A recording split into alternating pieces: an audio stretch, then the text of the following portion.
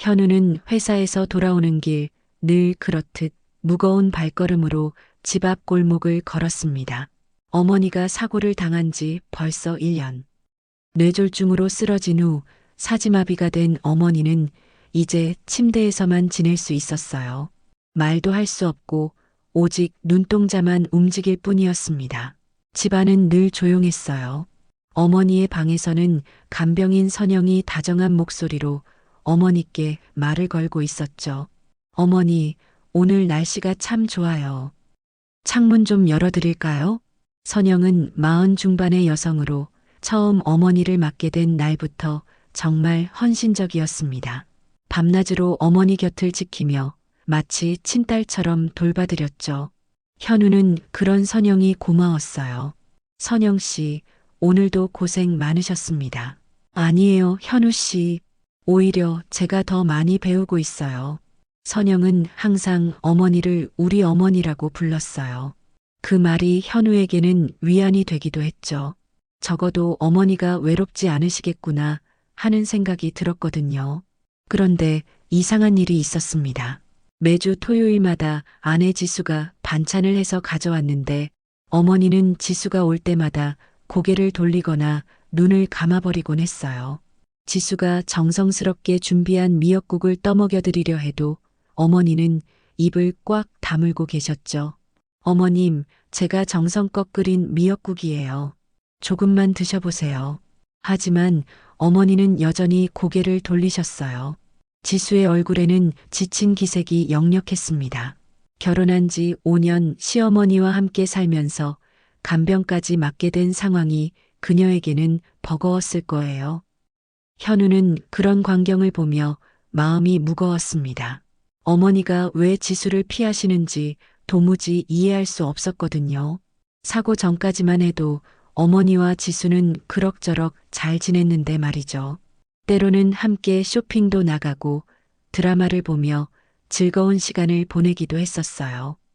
그런데 사고 이후로는 완전히 달라지신 거였습니다. 현우는 혹시 어머니가 자신의 상황을 비관하셔서 가족들을 멀리 하시는 건 아닐까 생각해봤지만 선영에게는 그렇지 않으셨거든요. 오히려 선영이 오면 어머니의 표정이 밝아지는 것 같았어요. 어느 일요일 오후 현우는 어머니 방에 혼자 앉아 있었습니다. 선영은 잠깐 시장에 나간 사이였죠.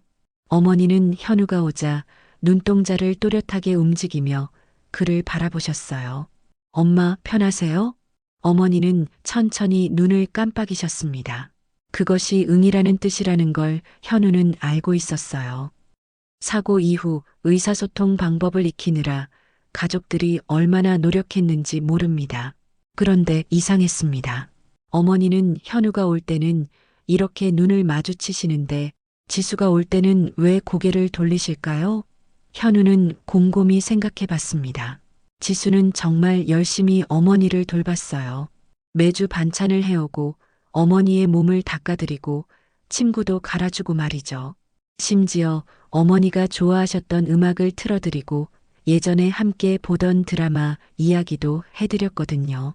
하지만 어머니의 반응은 늘 차갑기만 했습니다. 혹시 엄마가 지수를 좋아하지 않으시는 건가? 현우는 속으로 이런 생각을 하며 괴로워했어요. 지수도 눈치를 챈 듯 최근 들어 어머니께 말씀을 드릴 때 목소리가 점점 작아지고 있었거든요. 처음엔 밝은 목소리로 안부를 묻던 지수가 이제는 조심스럽게 인사만 하고 마는 경우가 많았습니다. 선영이 돌아오자 어머니의 표정이 달라졌습니다. 긴장했던 얼굴이 다소 누그러들었어요. 어머니, 제가 얼굴 닦아드릴게요. 선영은 능숙하게 어머니의 얼굴을 수건으로 닦아드렸습니다. 어머니는 편안한 표정으로 가만히 계셨죠. 현우는 그 모습을 보며 복잡한 기분이었어요. 선영에게는 이렇게 수능적이신데 왜 지수에게만 그러실까 하는 의문이 더욱 커졌거든요. 선영 씨, 어머니가 제 아내를 좀 어려워하시는 것 같은데요. 아, 그러신가요? 저는 잘 모르겠는데요. 다만 어머님께서 며느님이 오실 때마다 조금 불안해하시는 것 같긴 해요. 호흡도 불규칙해지시고 밤에도 잠을 설치세요. 선영의 말에 현우는 더욱 당황했습니다. 갈등이 깊어진 어느 주말, 현우는 중대한 결심을 했습니다. 어머니 방에 몰래 CCTV를 설치하기로 한 거죠. 무엇인가 명확하게 알고 싶었어요. 도대체 어머니와 지수 사이에 무슨 일이 벌어지고 있는 건지 확인해 보고 싶었습니다. 현우도 마음이 편하지 않았지만 이상한 상황을 그냥 넘길 수는 없었어요. 결국 현우는 작은 카메라를 어머니 방 모서리에 설치했어요. 며칠 후 현우는 직장에서 카메라 영상을 확인해 봤습니다. 대부분 평범한 일상이었어요. 선영이 어머니를 돌보고 책을 읽어드리고 말동무를 해드리는 모습들이었죠.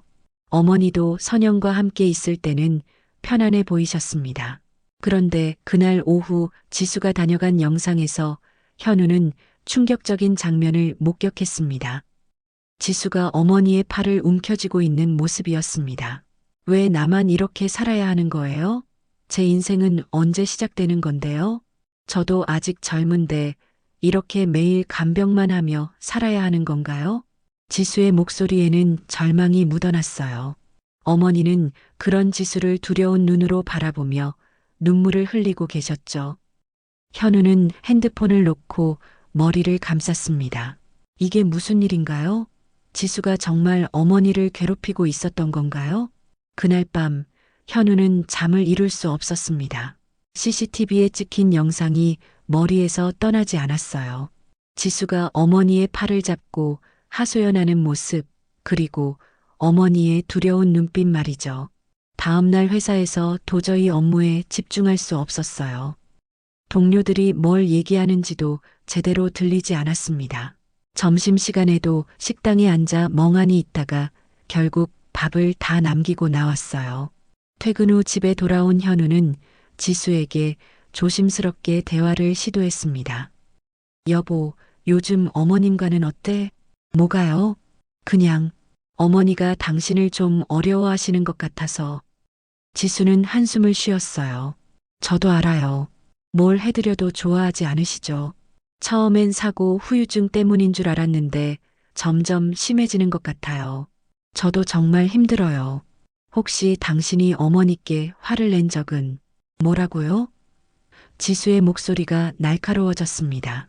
설마 제가 어머님을 괴롭힌다고 생각하는 거예요?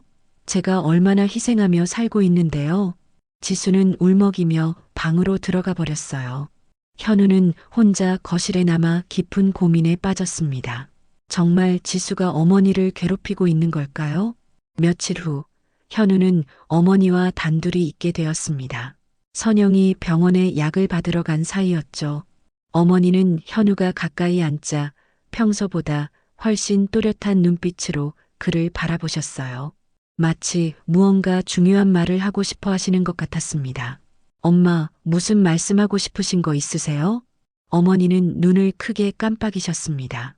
그리고는 무언가를 간절히 말하려는 듯 눈동자를 계속 움직이셨어요. 현우는 문득 인터넷에서 본 글이 떠올랐습니다. 의사소통이 어려운 환자들과 대화하는 방법에 대한 내용이었죠. 한글 자음과 모음표를 이용하는 방법이었어요. 엄마, 잠깐만 기다리세요. 현우는 급히 컴퓨터로 가서 한글 자음과 모음표를 인쇄했습니다. 그리고 어머니 앞에 펼쳐 보였어요. 엄마, 제가 하나씩 가리킬 테니까 맞으면 눈을 깜빡여 주세요.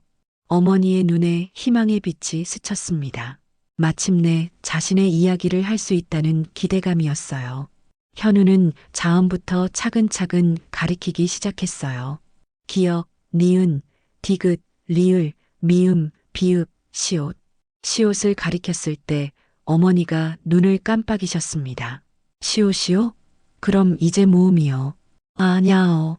어에서 또 눈을 깜빡이셨어요. 서. 그 다음은 이런 식으로 한 글자씩 맞춰나가는데 거의 30분이 걸렸습니다. 어머니도 현우도 땀을 뻘뻘 흘렸어요. 하지만 둘 다 포기하지 않았습니다. 선영, 여기까지 왔을 때 어머니는 잠시 쉬셨어요. 그리고 다시 눈동자를 움직이기 시작했습니다. 현우는 점점 긴장되기 시작했어요. 위험해. 드디어 완성된 문장을 보고 현우는 소스라치게 놀랐습니다. 선영은 위험해. 현우는 종이를 다시 확인했어요. 분명히 맞았습니다. 엄마, 선영 씨가 위험하다는 게 무슨 뜻이에요? 어머니는 다시 눈을 크게 뜨며 무언가를 말하려 했지만 그때 현관문이 열리는 소리가 들렸어요. 선영이 돌아온 거였죠. 현우는 급히 종이를 숨기고 평상시처럼 행동했습니다. 하지만 마음은 온통 어머니의 말씀으로 가득했어요. 선영이 위험하다니 그게 대체 무슨 의미일까요? 어머니의 경고 이후 현우는 선영을 자세히 관찰하기 시작했습니다. 겉으로는 여전히 다정하고 헌신적인 간병인 같았지만 뭔가 석연치 않은 구석이 있었어요. 선영이 어머니와 대화할 때 미묘한 톤의 변화가 있다는 걸 눈치챘습니다. 그날 밤 현우는 CCTV 영상을 처음부터 다시 꼼꼼히 살펴봤습니다. 그러다가 이상한 점을 발견했어요. 몇 시간씩 영상이 삭제된 부분이 있는 거예요. 특히 지수가 다녀간 후 시간대의 영상들이 자주 삭제되어 있었습니다. 왜 영상이 중간중간 사라졌지? 설마 선영이 삭제한 건가? 현우는 컴퓨터 전문가인 선배에게 연락을 취했습니다. 형, 삭제된 파일 복구 가능해? 물론이지. 한번 가져와 봐. 완전히 삭제되지 않았다면 복구할 수 있어. 다음 날 현우는 메모리 카드를 가지고 선배를 만났어요. 몇 시간 후 삭제된 영상들이 복구되었습니다. 집에 돌아와 복구된 영상을 확인한 현우는 경악을 금치 못했어요. 영상 속에는 선영이 어머니 앞에 고액보험 계약서를 들고 있는 장면이 있었습니다. 어머니, 이거 좋은 보험이에요. 만약에 사태에 대비해서 들어두시는 게 좋을 것 같아요. 여기 도장만 찍어주시면 돼요. 선영은 어머니의 손을 잡고 억지로 도장을 찍게 하려 했어요. 어머니는 필사적으로 저항하셨지만 몸을 움직일 수 없는 상태에서는 어찌할 도리가 없었죠. 며느리가 자주 안 오면 어머니도 더 편하시고 오래 사실 수 있어요. 그 사람 때문에 스트레스 받지 마세요. 저만 믿으시면 돼요. 선영은 교묘하게 지수에 대한 불신을 심어주고 있었어요. 그러면서 자신은 어머니의 유일한 보호자인 것처럼 행동했습니다. 또 다른 영상에는 선영이 어머니의 약을 바꿔치기 하는 모습도 있었습니다. 정확히 무슨 약인지는 알 수 없었지만 분명 의사가 처방한 약이 아니었어요. 선영은 원래 약을 따로 보관하고 다른 약을 어머니께 드리고 있었습니다. 현우는 온몸이 떨렸습니다. 선영은 어머니를 이용해 보험금을 노리고 있었던 거예요. 그것도 모자라 어머니와 지수 사이를 이간질하여 가족을 해체시키려 했던 거죠. 이 모든 게 계획된 일이었구나. 현우는 즉시 경찰서에 신고하려 했지만 잠깐 멈칫했어요.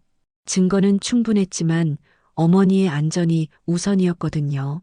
섣불리 행동했다가 어머니가 더 위험해질 수도 있었어요. 신중하게 계획을 세워야 했습니다. 현우는 며칠 동안 신중하게 계획을 세웠습니다. 먼저 지수에게 모든 진실을 말해야 했어요. 그동안 지수를 의심했던 자신이 너무 부끄러웠습니다. 아내가 어머니를 괴롭혔다고 생각했던 자신이 한심했어요. 그날 저녁 현우는 지수와 마주 앉아 모든 것을 털어놓았어요. 여보, 미안해. 정말 미안해.